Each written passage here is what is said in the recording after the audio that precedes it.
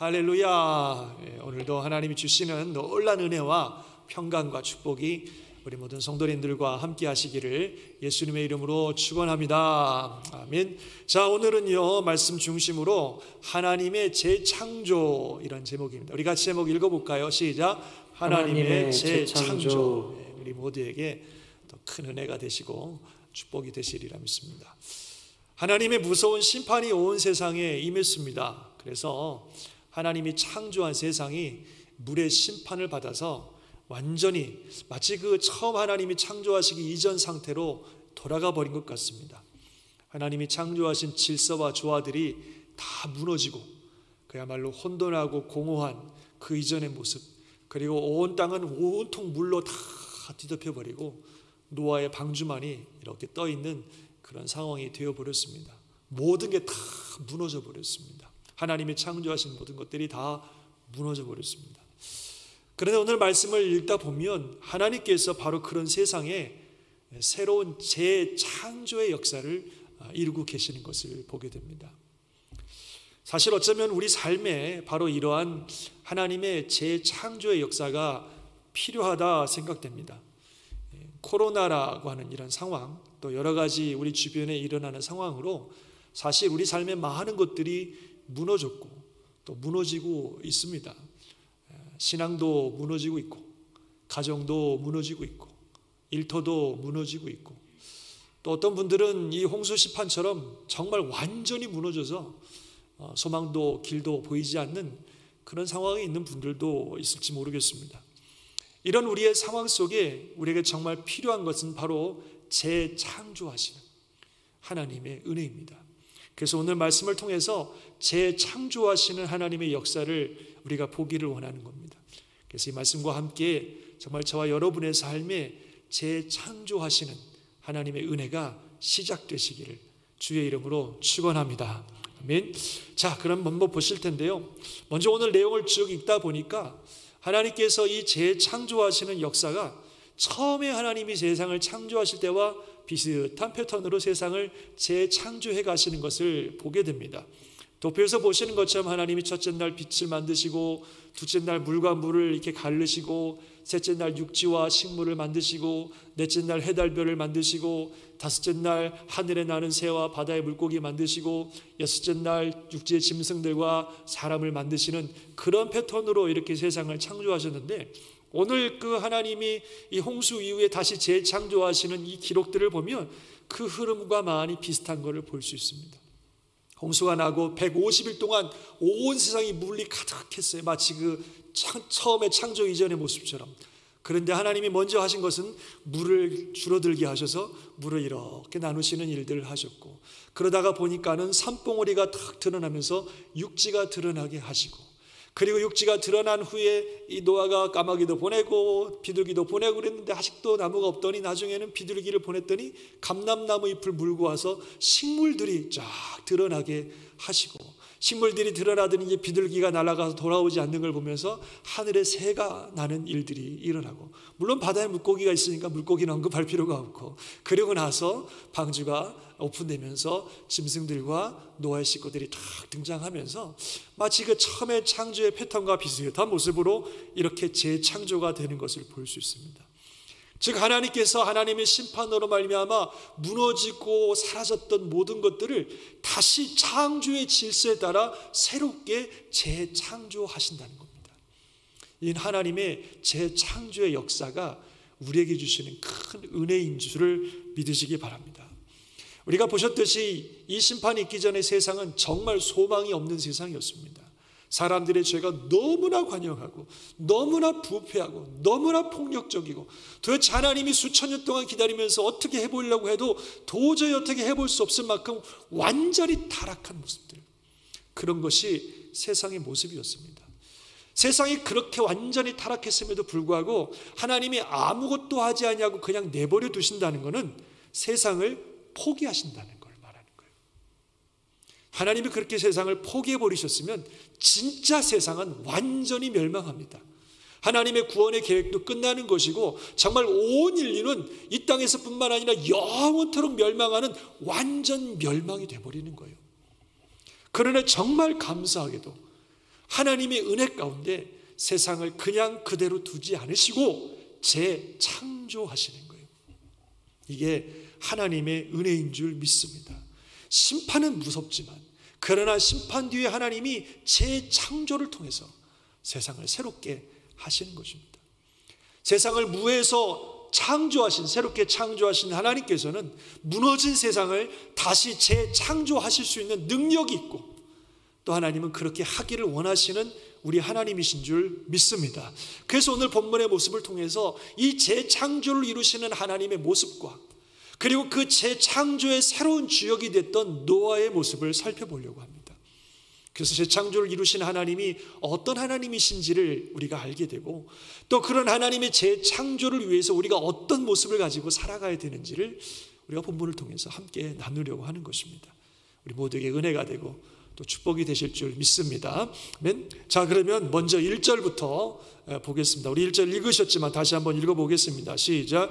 하나님이 노아와 그와 함께 방주에 있는 모든 들짐승과 가축을 기억하사 하나님이 바람을 땅 위에 불게 하심에 물이 줄어들었고. 자, 이렇게 이제 1절이 시작되고 있는데요, 여기 아주 중요한 단어가 있습니다. 그것은 기억하셨다라는 단어예요. 기억하사. 하나님이 기억하셨다 하는 거죠. 이 기억하셨다는 단어가 참 중요합니다. 기억하신다는 게 은혜죠. 기억하신다라는 이 단어가 히브리어로 자카르라고 하는데요, 이 자카르라고 하는 단어는 마크라는 의미가 가지고 있어요. 표시한다. 표시한다. 그래서 이 하나님이 이 기억하다는 것은 어떻게 표시를 해놓고 잊어버리지 않게 딱 표시를 해놓는 그런 의미를 가지고 있습니다. 그러니까 하나님께서 어떤 표시를 해놓고 기억하신다는 그런 뉘앙스가 풍기는데, 성경을 읽다 보면 하나님이 어떤 표시했다는 표현이 나옵니다. 어디다 표시했다고 하셨어요?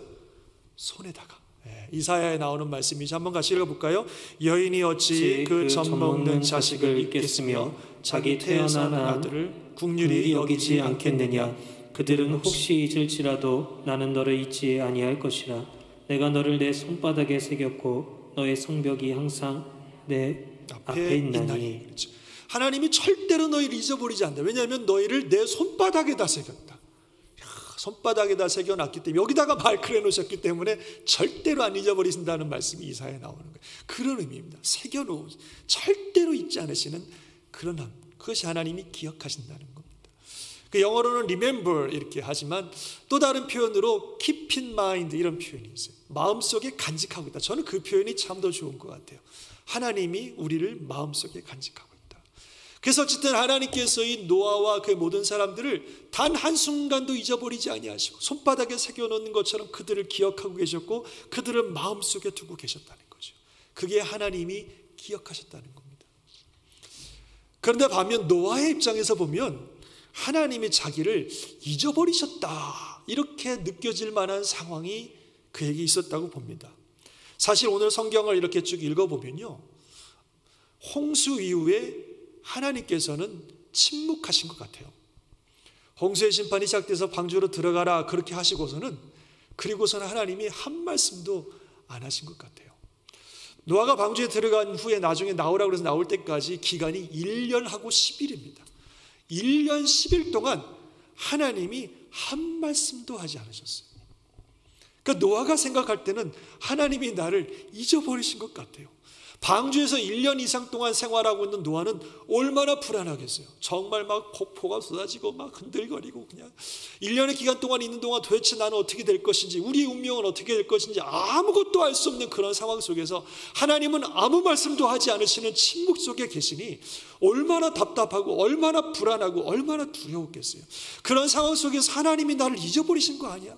세상 다 심판하시면서 하나님도 우리도 잊어버리신 거 아니야? 이런 생각이 들 수도 있다는 거죠.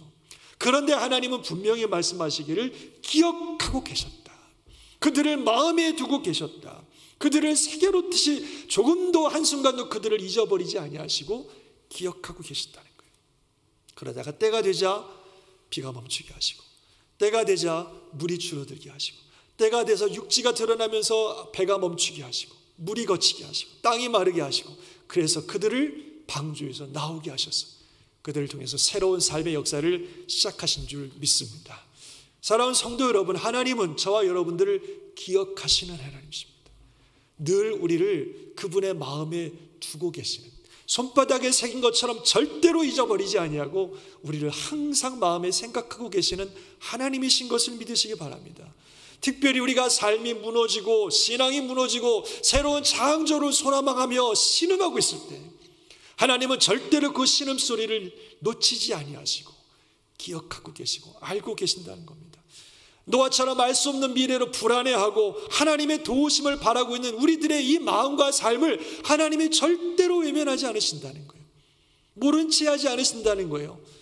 바라보고 계시고 기억하고 계시고 마음에 두고 계시고 손바닥에 새겨 놓으시고, 그러다 하나님의 뜻 안에서 반드시 새 창조의 역사를 이루시는 것을 믿으시기 바랍니다. 출애굽기에 보면요, 이스라엘 백성들이 애굽에 내려가서요, 처음에 요셉이 있을 때 요셉을 기억하는 왕들이 있을 때는 그나마 좀 편안하게 살았던 것 같은데, 시간이 지나면서 요셉을 알지 못하는 왕들, 요셉을 기억하지 못하는 왕들이 왕이 되면서 이스라엘 백성들의 삶은 나락으로 떨어지기 시작했어요. 노예 생활이 시작됐어요. 처참한 삶들이 시작됐어요. 누가 그들을 아릅니까? 대국의 애굽에 묶여갖고 살아가는 작은 민족, 이 이스라엘 백성들을 누가 알겠어요? 아무도 그런 민족이 있는지도 모르고 모든 사람들이 관심도 가지지 않고 그들은 그렇게 노예로 살다가 그냥 애굽의 노예로 전락해버릴 것 같은 그런 시간들을 지나고 있었습니다.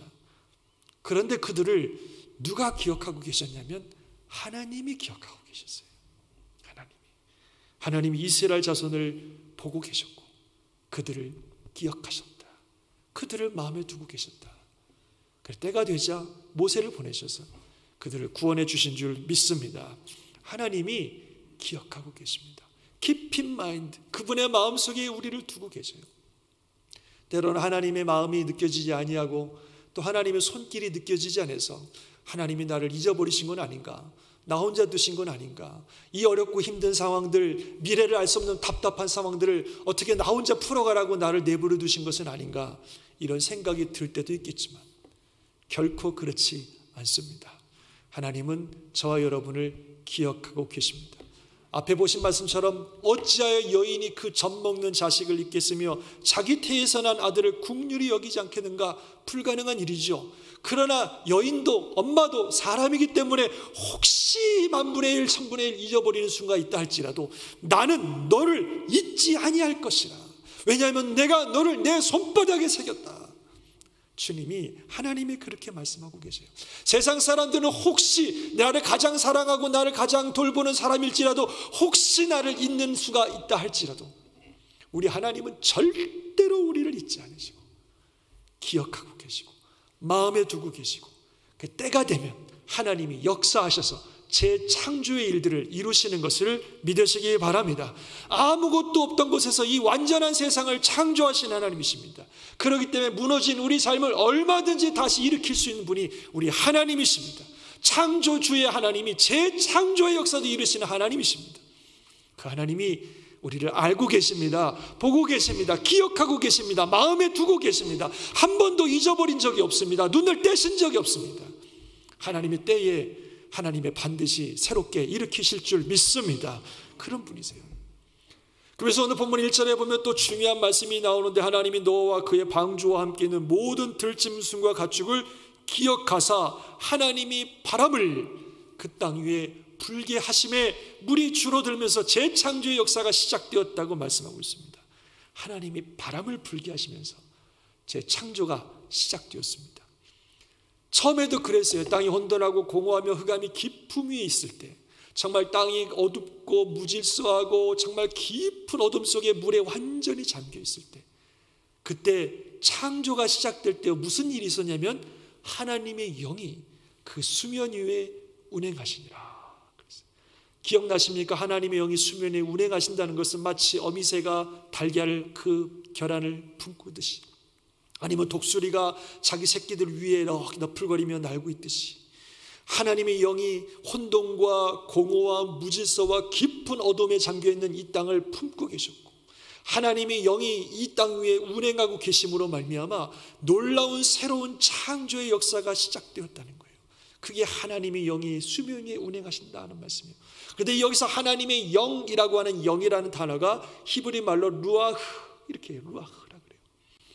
그런데 오늘 심판 후에 하나님께서 모든 것들이 무너지고 새로운 재창조를 이루실 때에 바로 그런 역사가 일어나는 거예요. 하나님의 바람이 땅 위에 불게 하심에 물이 물러가기 시작했다 그랬습니다. 그런데 이 바람이라고 하는 단어도 똑같이 히브리어로 루아흐 그래요. 그래서 하나님의 루아흐가 세상의 불어옴에 재창조의 역사가 일어났다는 거예요. 하나님의 영이신 루아흐가 있음으로 말미암아 새로운 창조가 일어나더니 하나님의 바람 루아흐가 불어옴으로 재창조의 역사가 일어났다는 것입니다. 세상이 아무리 공허하고 혼돈하고 깊은 어둠 속에 빠져 있고, 아니 하나님이 허락하신 것들이 다 무너져 버렸어도 하나님의 영의 바람이 불어오시면, 하나님의 바람이 불기 시작하시면 새로운 창조의 역사가 일어나는 줄 믿습니다. 우리 삶에 그런 역사가 일어난다는 거예요. 아무것도 보이지 아니하고 모든 것들이 물에 잠겨버린 것처럼 다 무너져 버렸다 할지라도 하나님이 우리를 기억하고 계시기 때문에 때가 되면 하나님의 영이, 하나님의 생명의 바람이 불어오기 시작하실 것입니다. 그러면 우리를 뒤덮고 있는 이 심판의 물, 재앙의 물, 모든 것들을 무너뜨린 이 물들이 서서히 사라지면서 육지가 드러나듯이 우리가 밟고 설 수 있는 땅들이 드러날 것이고, 그 땅 위에서 풀이 나고 나무가 나오고 새로운 생명의 역사, 새로운 삶이 시작될 것입니다. 우리 하나님은 그런 하나님이십니다. 믿으시기 바랍니다. 우리의 무너진 삶에 재창조를 이루실 줄 믿습니다. 저와 여러분의 삶에 무엇이 무너졌든지 간에, 신앙이 무너졌든 가정이 무너졌든 삶의 모든 어떤 영역들이 무너졌든지 간에 하나님의 성령의 바람이 르하우가 불어오심으로 말미암아 새로운 창조의 역사가 일어나시기를 주의 이름으로 축원합니다. 뿐만 아니라 이런 창조의 역사 속에 우리는 또 노아의 모습을 생각해 보아야 될 것 같아요. 하나님이 이런 새로운 재창조의 역사를 하실 때 우리는 어떻게 해야 되는가? 노아의 모습을 생각해 보면서 그것을 좀 알게 됩니다. 이런 하나님의 재창조의 역사 속의 노아의 모습은 한마디로 이렇습니다. 한번 따라해 볼까요? 기다리며 순종하는 것. 네, 기다리며 순종하는 것. 그게 노아의 삶입니다. 노아의 경우를 보면 오늘 본문에 보면 시간이 정확하게 잘 기록되어 있습니다. 전에 말씀드린 것처럼 이것은 이 심판의 역사가 어떤 지어낸 이야기가 아니라 실제 있었던 사건인 것을 분명히 말씀해 주기 위해서 그런 것 같아요. 그래서 날짜가 정확하게 잘 기록되어 있습니다. 홍수가 시작된 것이 600세대 전에 2월 17일이었고 150일 동안 홍수가 땅에 가득했다가 물에 빠지기 시작한 것이 150일 후니까 계산해 보면 600년 7월 17일. 그러다가 물이 빠지면서 산봉우리가 육지가 드러나기 시작한 것이 600년 10월 1일. 그리고 그 다음엔 601년 1월 1일에 땅에서 물이 완전히 거쳤다 그랬습니다. 그리고 노아가 비로소 방주에 나온 것은 601년 약 2달 후인 2월 27일에 노아가 모든 동물들과 함께 방주에서 나왔습니다. 말씀드린 것처럼 방주에서 1년하고 10일을 살았습니다. 얼마나 오랜 시간입니까? 얼마나 힘들었겠어요. 근데 그 시간은 바로 하나님의 역사를 기다리던 시간이었습니다. 기다리던 시간. 쉽지 않은 시간이었을 거라고 생각되죠. 우리가 코로나 때문에 집안에서 그냥 한 9개월 정도 머무는 것도 이렇게 힘든데, 그렇죠?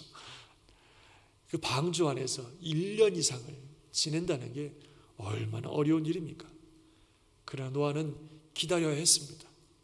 하나님이 다시 창조하실 때까지 기다려야 했습니다. 기다렸습니다. 끝까지 기다렸습니다. 그리고 그는 철저히 하나님 말씀에 순종했습니다. 방주를 지을 때도 하나님이 지으라 하시니까 나무 하나라도 캐기 시작하면서 120년 동안 방주 지었고, 들어가라, 동물들을 모아라 하시니까 또 한 마리 한 무리 모으기 시작했고, 방주로 들어가라 하시니까 방주로 들어갔고, 방주 안에 있으면서 하나님이 나와라 하실 때까지는 한 발짝도 안 나옵니다. 방주 안에 있는 거예요. 하나님이 나와라 하셔야 나오는 것입니다. 방주가 아라랏산에 머물고 창문을 열어보니까는 땅에 물이 거치기 시작하고 601년 1월 1일이 되었을 때 땅에 물이 다 거쳐버렸어요. 이쯤 되면 좀 나가고 싶지 않겠습니까? 방주에 있는 게 거의 1년 가까이 있었는데 얼마나 힘들겠어요. 하루라도 좀 빨리 나가고 싶은 마음이 얼마나 굴뚝 같겠습니까? 문을 열어보니 땅은 다 물은 거쳤고 새들도 날아가서 돌아오지 않고 이제는 나가도 될 것 같은데 나오라는 말씀을 하나님이 안 하시는 거예요. 그리고서도 2달을 기다렸어요. 땅에 물이 없어진 2달. 제 생각에는 그 앞에 있었던 거의 1년의 기간보다 이 2달이 제일 힘들었을 것 같아요. 다 빤히 보이는데 말이에요. 나무도 막 다 자라고 있고 물이 하나도 없는데 나가라는 말씀을 안 하시는 거예요. 기다리는 거예요. 하나님 나가라 할 때까지. 아마 옆에서 가족들이 재촉했을 것 같아요. 아빠 나가요, 나가. 하루라도 못 견디겠어. 이제 좀 나가도 되잖아. 왜 안 나가는 거예요? 지금 다 말랐는데 나가자고 막 가족들이 막 옆에서 보챘을 것 같아요. 그래도 기다리는 거예요. 하나님 나가라 할 때까지. 끝까지 기다렸다가 2월 27일이 돼서야 하나님이 말씀하십니다. 노아에게 말씀하여 이르시되 너는 내 아내와 내 아들과 며느리와 함께 방주에서 나와라. 그러니까 그제서야 노아는 모든 식구들과 동물 데리고 밖으로 나왔습니다. 들어갈 때도 하나님이 들어가라 하시니까 들어가고 나올 때도 하나님이 나와라 하시니까 나오는 거예요. 자기 마음대로 들어가고 자기 마음대로 나오고 그러는 게 아니라 모든 순간 하나님의 음성과 하나님의 뜻을 기다리고 하나님의 말씀하신 대로 철저히 순종했던 삶, 그것이 노아의 삶이었습니다. 이렇게 기다리며 순종하는 노아의 삶을 통하여 하나님께서는 새 창조를 이루신 줄 믿습니다. 지난주도 말씀드렸듯이요, 이런 새로운 창조, 무너진 것들을 이렇게 세우는 건 우리가 할 수 있는 일이 아니에요. 어떻게 합니까? 우리가 그런 일들을. 그것은 하나님이 하시는 일인 줄 믿습니다. 창조하신 하나님께서, 재창조도 하나님이 하시는 거고 모든 일을 하나님이 하시는 거예요. 우리가 할 일은 그 하나님을 믿고 신뢰하면서 기다리고 순종하는 것입니다. 하나님이 들어가라 하면 들어가고 나와라 하면 나오고 가라 그러면 가고 멈추라 그러면 멈추고 매일매일 순간순간 하나님이 말씀하신 대로 기다리면서 순종하면서 하는 것입니다. 그게 우리가 해야 될 일이고 그게 우리가 할 수 있는 일 아니겠어요? 그럼 일은 하나님이 하시는 겁니다. 물론 아무 생각 없이 기다리고만 있지는 않겠죠. 기도하면서 기다리겠죠. 그래서 더 정확한 표현은 기도하며 기다리며 순종한다, 이렇게 하면 더 정확한 표현이 될 것 같아요. 한번 같이 해볼까요? 시작. 기도하며 기다리며 순종한다, 그런 거죠. 그게 우리가 할 수 있는 일이잖아요. 또 우리가 해야 될 일이고, 그렇게 기도하면서 하나님의 역사를 기다리면서 매일매일 순종하는 삶을 살면 일은 하나님이 하실 줄 믿습니다. 또 하나님의 말씀에 순종하기 위해서는 하나님께 집중해야 되겠죠. 하나님이 무슨 말씀을 하시는지 우리가 귀를 기울이고 집중해야 됩니다. 우리가 고난 중에 있을 때, 앞이 잘 보이지 않을 때, 그때는 그 어느 때보다도 더 하나님께 집중해야 됩니다. 하나님의 말씀에 귀를 기울여야 됩니다. 그래서 지금은 저와 여러분이 그 어느 때보다도 하나님께 집중해야 될 때입니다. 정말 어떻게 될지 아무것도 알 수 없는 이런 환경과 상황 속에 살아가는 우리들이 정말로 하나님께 귀를 기울여야 됩니다. 앞이 보이지 않는다고, 많은 것들이 무너졌다고 그냥 넋놓고 있을 때가 아니에요. 그 어느 때보다도 하나님의 말씀에 귀를 기울이고 그분과 매일매일 동행하면서 하루하루 걸어가야 될 때입니다. 마치 캄캄한 어둠에 있을 때 호롱불 하나 주어졌을 때 그거 하나 비추면서 한 발 한 발 앞을 확인하면서 걸어가는 것처럼 캄캄한 우리에게 하나님의 말씀의 빛이 주어지고 있으니 이 말씀 따라서 한 걸음 한 걸음, 비록 앞은 보이지 않지만 그때그때 주시는 말씀에 따라 한 걸음 한 걸음 걸어가다 보면 언젠가 하나님께서 문을 활짝 열어주시는 제 창조의 역사를 만나게 될 줄 믿습니다. 하나님 살아계십니다. 전능하십니다. 새 일을 이루실 수 있는 분이십니다. 어제 새벽에도 말씀드렸듯이요, 하나님의 최종 심판이 임하기 전까지는 지금은 은혜의 때입니다.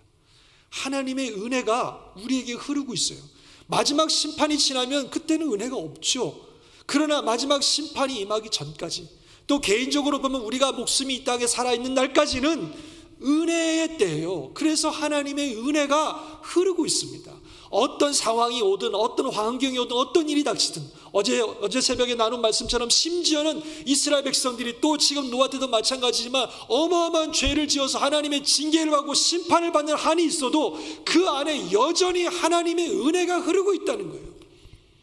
왜냐하면 아직 마지막 심판의 때가 아니기 때문에. 아까 말씀드렸죠. 하나님이 심판하신 것은 재창조를 위해서 필요하셨기 때문에 그렇게 하신 거예요. 재창조를 해야만이 세상에 소망이 있기 때문에. 그래서 지금은 은혜의 때입니다. 어떤 환경과 상황이 다가오든, 그것이 심지어는 우리가 죄를 지어서 징계를 받는 상황이 되든, 무슨 일이 있든지 간에 거기에는 하나님의 은혜가 흐르고 있습니다. 우리를 회복시켜 주시고 살리시고 새롭게 역사하시고자 하는 하나님의 뜻이 있다는 거예요.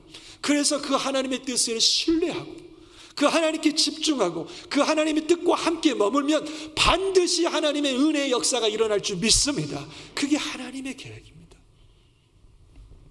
그래서 우리가 이 시간에 정말 재창조하시는 하나님의 능력을 믿고 그 하나님을 기다리고 그 하나님의 말씀에 순종하며 살아가는 저와 여러분 되시기를 주의 이름으로 축원합니다. 하나님이 역사하실 거예요.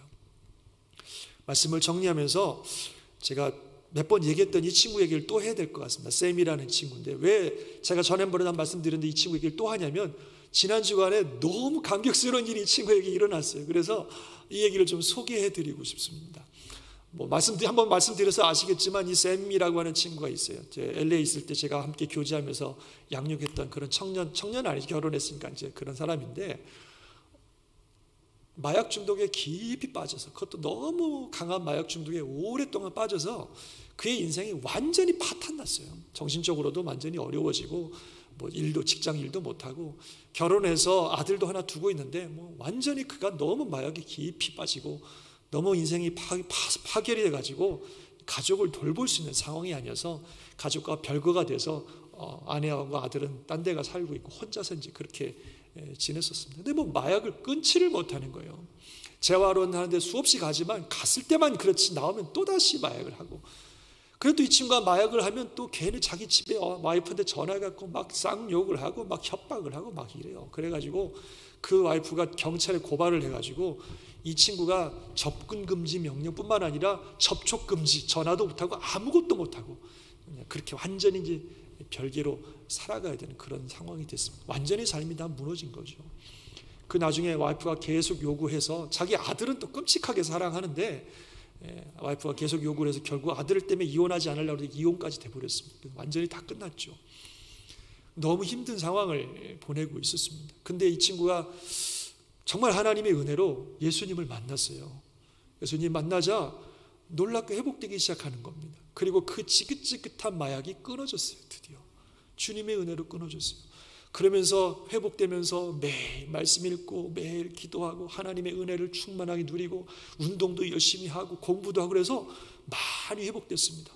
정신적으로도 많이 회복돼서 일도 갖게 됐고요. 그 일에서 얻어지는 소득을 또 미안하니까 자기 아내한테 계속 보내주고 열심히 기도하고 열심히 말씀 보고 그런 참 귀한 삶을 살았습니다. 근데 이 친구가 자기 아들하고 아내하고 헤어진 게 아들이야 초등학교 때쯤 아마 헤어진 것 같은데, 그리고 한 6, 7년이 지났으니까 이제 중학생 이상이 되었을 텐데 아들이 너무 보고 싶은 거예요. 근데 아내가 절대로 허락을 안 합니다. 지금 이 사춘기 아이가 아빠를 만나면 안 된다. 그러면 애들 정신없고, 나중에 이 아이가 18살 이상 완전히 성인이 되면 자기가 결정해서 아빠를 만나겠다면 할 수 없겠지만 그때까지는 절대 아빠 못 만나게 할 거라고 선언을 해놓은 상태이기 때문에 아들을 만날 수가 없습니다. 그러니까 늘 아들이 보고 싶어서 그냥 또 아내의 입장도 이해하죠. 완전히 마음이 닫혀버렸기 때문에 이 남편에 대해서 또 이혼도 됐고, 그래서 절대로 아들을 안 보여준다고 그렇게 다짐을 했었기 때문에 만날 수가 없었습니다. 늘 아들에 대한 그리움으로 이렇게 하면서 하나님께 기도하면서 또 페이스북에 그냥 아들에 대한 그리움을 표현하고 그랬는데요. 어쨌든 그렇게 해서 몇 년, 한 6, 7년의 기간들을 지나왔는데, 지난주 금요일쯤인가 밤에 갑자기 저한테 전화가 온 거예요. 그랬더니 왜 그래? 했더니 목사님! 그랬더니 왜? 그랬더니 아들 만나게 됐어요. 이러는 거예요. 그래서 제가 깜짝 놀라갖고, 아니 어떻게 아들을 만나냐? 그랬더니 아내가 아들을 만나게 허락해 줬어요. 그러는 거예요. 그러면서 지난 주일이 아들이 야구를 참 좋아하거든요. LA 다저스가 월드 시리즈 경기를 하는 날인데 아들과 그 경기를 보러 가기로 했다는 거예요. 와, 어떻게 그게 가능하냐 그랬더니 모르겠어요. 와이프가 허락해줘서 아내와 함께 아들과 함께 월드 시리즈 다저스 경기 보러 가기로 했다고. 와, 진짜 기적 중에 기적이죠. 그래서 그날 주일날 예배 끝나고 이제 한참 경기가 진행되고 있을 때 제가 좀 불안해가지고 카톡을 보냈어요. 야, 아들 만나면 너무 흥분될 텐데 너무 흥분하지 말고 네가 얼마나 좋은 아버지고 믿을 만한 아버지인 거 꼭 보여줘라. 이제 제가 그렇게 카톡을 보냈더니 아멘! 딱 이러면서 답이 왔더라고요. 그리고서 주중에 제가 연락을 해서 어떻게 됐냐 그랬더니 It was perfect time. 너무 즐거운 시간을 보냈고, 그리고 다저스가 한 게임 더 했거든요. 마지막 월드 시리즈 하느라고. 그 게임을 하더라고 또 봤다는 거예요. 또 만나서. 근데 하나님이 축복하셨는지 다저스가 32년 만에 월드 시리즈에서 우승을 했어요. 아버지와 아들이 진짜 몇 년 만에 만나서 보는 경기인데 그 우승을 한 경기를 보는 그 장면을 제가 생각해 보니까 얼마나 행복했을까. 이야, 막 그냥 제 가슴이 다 떨리더라고요. 나중에 저한테 그 아들을 꼭 안고 있는 사진을 이렇게 보내줬는데 눈물이 나더라고요. 그 사진을 보면서 야, 하나님이 어떻게 이런 일을 하실 수 있는가. 그러면서 이 친구가 페이스북에 이런 글을 올려놨어요. Never lose hope. Just when you think it is over, God sends you a miracle. 이런 글을 페이스북에 딱 올려놨더라고요. 절대로 소망을 잃지 마십시오. 모든 것이 끝났다고 생각하는 그때 하나님께서 기적을 보여주실 것입니다. 이 글을 딱 올려놓으면서 하나님 너무 감사하다. 내가 기도했던 것 이상으로 하나님이 역사하신다고 그런 이야기를 하는 걸 제가 보면서 얼마나 참 많이 감격했는지 몰라요. 우리 하나님 이런 하나님이십니다. 우리에게 주신 모든 것들 하나님이 다 창조해서 주신 거예요. 우리의 가정, 우리의 영, 우리의 몸, 우리 교회. 창조주 하나님께서 다 우리에게 주신 것입니다. 그러나 때로는 환경이나 또 여러 가지 우리의 잘못 때문에 이런 것들이 다 무너질 수도 있어요. 가정도 무너지고 영도 무너지고 육신도 무너지고 교회도 무너지고 다 무너질 수 있어요. 그러나 우리 하나님은 창조의 하나님뿐만 아니라 재창조하신 하나님이십니다. 여전히 어떤 환경과 상황 속에서도 하나님의 은혜는 지금도 흐르고 있다는 사실을 우리가 잊어서는 안 됩니다. 그래서 그 재창조의 하나님을 신뢰하고 기도하고 기다리며 하나님께서 우리에게 주시는 매일매일의 말씀에 순종하며 살면 반드시 하나님의 때에 하나님의 방법으로 재창조의 역사를 이루실 줄 믿습니다. 그런 은혜와 역사가 저와 여러분의 삶과 가정에 또 우리 교회 위에 임하실 줄 믿습니다. 할렐루야. 기도하겠습니다.